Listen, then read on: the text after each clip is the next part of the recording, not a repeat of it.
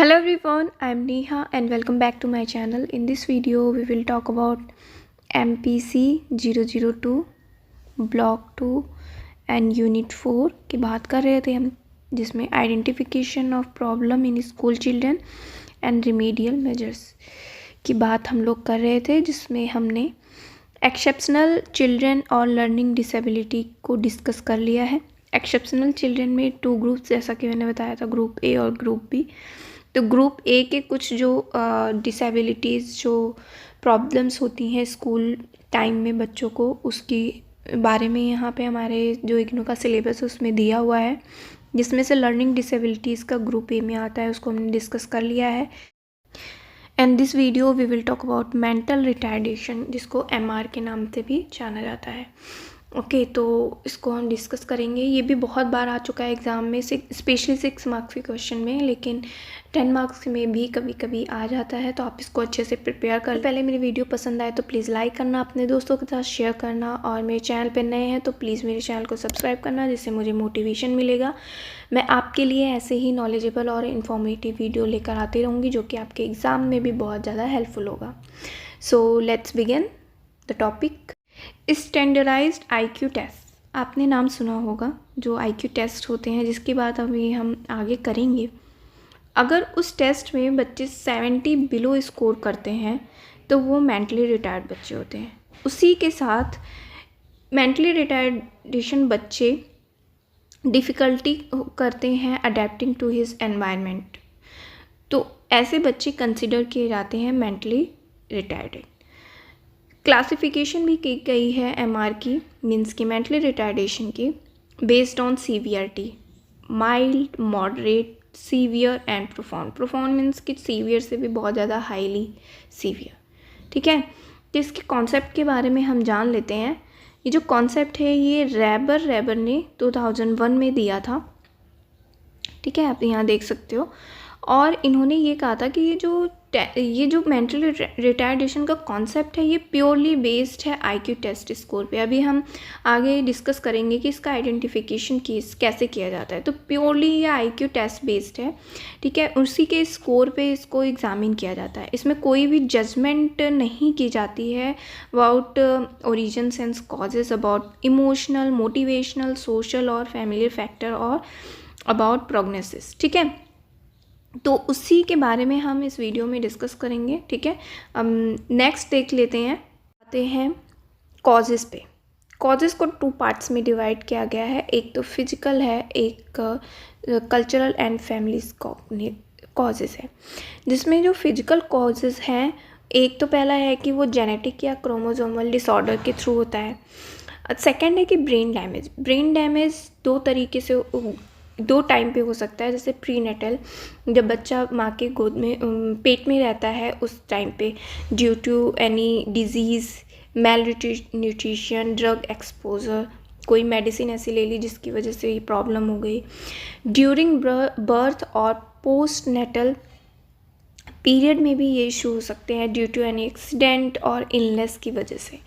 ठीक है, तो ये फिजिकल कॉजेज़ है। Almost all cases of severe and profound mental retardation have physical causes. ठीक है, सो नेक्स्ट है कल्चरल फैमिलियर कॉजेज़। ये बहुत ही इंसीडियस, मीन्स कि बहुत ही डेंजरस पीरियड कॉजेज़ है एक तरीके से। ये या तो इसमें कोई ऐसा शो नहीं होता है, नो ब्रेन डैमेज, लेकिन ये जो कॉज आते हैं, मतलब मेंटली रिटायर्ड बच्चे जो होते हैं वो आते हैं डिप्राइव्ड एनवायरनमेंट्स में, कि सोशली आइसोलेशन की वजह से भी हो सकता है, और फिर जो उनका खुद का एनवायरनमेंट होता है दैट हैव डिसफंक्शनल एलिमेंट्स, जैसे कि फैमिली इश्यूज हो सकते हैं, फाइनेंशियल क्राइसिस हो सकते हैं, इकोनॉमिकली पेरेंट्स स्टेबल नहीं है। तो इन सब की वजह से भी क्या होता है कि बच्चों को इशू आते हैं और वो कॉज बनते हैं मेंटली रिटार्डेशन का। ठीक है, आइडेंटिफिकेशन कैसे किया जाए बच्चों का जो मेंटली रिटार्डेशन होते हैं। तो 2 टाइप्स के असेसमेंट रिक्वायर्ड किए गए हैं कि जो बच्चों में आइडेंटिफाई कर सके कि उनको MR जैसी प्रॉब्लम है। एक तो फर्स्ट इंटेलिजेंस टेस्ट की बात हमने की, और second adaptive behaviours. Adaptive behaviours जैसे लाइफ स्किल्स जो होती हैं उससे रिलेटेड। ठीक है, तो पहले हम इंटेलिजेंस टेस्ट की बात करते हैं कि बहुत ही ज़्यादा वाइडली यूज्ड होता है इंटेलिजेंट टेस्ट। 3 इंटेलिजेंट टेस्ट बताए गए हैं। फर्स्ट है स्टैनफोर्ड बीनेट इंटेलिजेंस, इसके लिए बहुत ही फेमस है, सबको पता है। सेकेंड है the revised bachelor intelligence skills for children. Third, ये भी आपने अपनी जो MPC 003 की जो सिलेबस है उसमें पढ़ा हुआ है। The Kauffman assessment battery for children, ये भी आपने पढ़ा हुआ है। तो ये तीनों जो इंटेलिजेंट टेस्ट हैं ये आपको हेल्प करेंगे आइडेंटिफाई करने में MR चिल्ड्रन के, ठीक है। नेक्स्ट हम आते हैं checklist are use to assess adaptive behaviour. कुछ फ्रिक्वेंटली यूज चेकलिस्ट हैं यहाँ पर, जिसमें है फर्स्ट है the Vineland adaptive behaviour scale 7, ठीक है। ओके, तो इसमें कुछ चेकलिस्ट में क्या होता है आपको पता ही है कि कुछ क्वेश्चंस होते हैं रिलेटेड। तो किससे रिलेटेड क्वेश्चंस होते हैं? एक तो एज अप्रोप्रिएटेड सेल्फ हेल्प से रिलेटेड क्वेश्चंस होते हैं, ठीक है। एज के अकॉर्डिंग उनके लोकोमोशन क्वेश्चंस होते हैं। लोकोमोशन मीन्स के जैसे स्विमिंग, फ्लाइंग, जो बॉडी फिजिकली मूवमेंट होते हैं उससे रिलेटेड क्वेश्चंस होते हैं।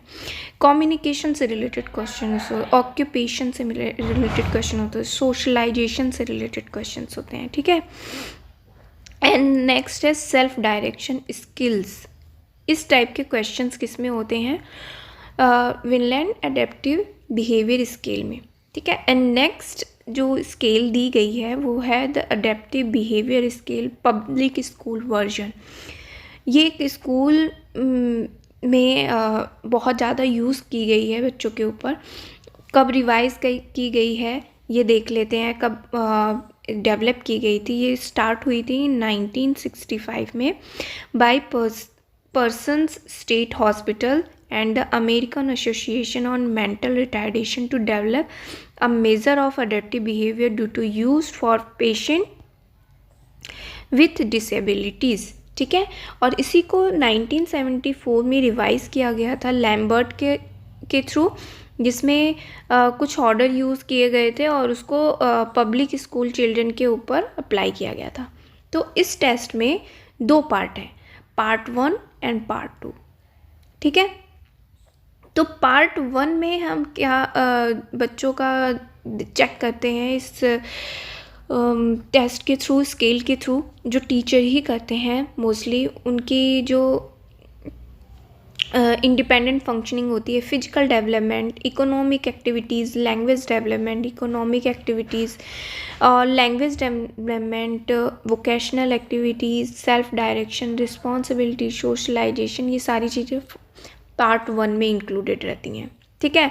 एंड पार्ट 2 में वायलेंस से रिलेटेड चीज़ें हम मेज़र करते हैं, जैसे वायलेंट हो गया, डिस्ट्रक्टिव बिहेवियर हो गया, एंटी सोशल बिहेवियर हो गया, rebellious behaviour, withdrawal, stereotype behaviour, odd mannerism, inappropriate interpersonal manners, unacceptable vocal habits, unacceptable tendencies, hyperactivity tendencies, psychological disturbance and medication use। ये सारी चीज़ें हम सेकंड पार्ट में मेज़र करते हैं, ठीक है। तो ये 2 स्केल्स दी हुई हैं, ओके। आप बहुत ईजिली समझ गए होंगे कि आइडेंटिफिकेशन के लिए दो तरीके से हम आइडेंटिफाई करते हैं, एक इंटेलिजेंट टेस्ट के थ्रू, जो टेस्ट हमने 3 टेस्ट की बात की, और एक अडेप्टिव बिहेवियर के थ्रू, ठीक है। तो 2 हमने अडेप्टिव बिहेवियर के जो स्केल्स हैं, चेकलिस्ट हैं, उसकी बात की। तो उसके थ्रू हम बच्चे के मेंटली जो है रिटार्डेशन है या नहीं उसकी आइडेंटिफिकेशन करते हैं। इसीलिए स्कूल्स में फ्रिक्वेंटली ये सारे स्किल्स टेस्ट यूज़ होते हैं, जिससे बच्चों की मेंटली फिजिकली सारी एक्टिविटीज़ को जान सकें, ठीक है। अब रिमीडियल क्या क्या है उसको देख लेते हैं, ठीक है। Service for children with mental retardation begin with early intervention programme, और वो ज़्यादातर किस पे फोकस होता है? प्रोवाइडिंग गाइडेंस फॉर फैमिलीज़, क्योंकि अगर फैमिली अवेयर रहेंगी इससे तो बच्चों के लिए ज़्यादा हेल्पफुल होगा, ठीक है।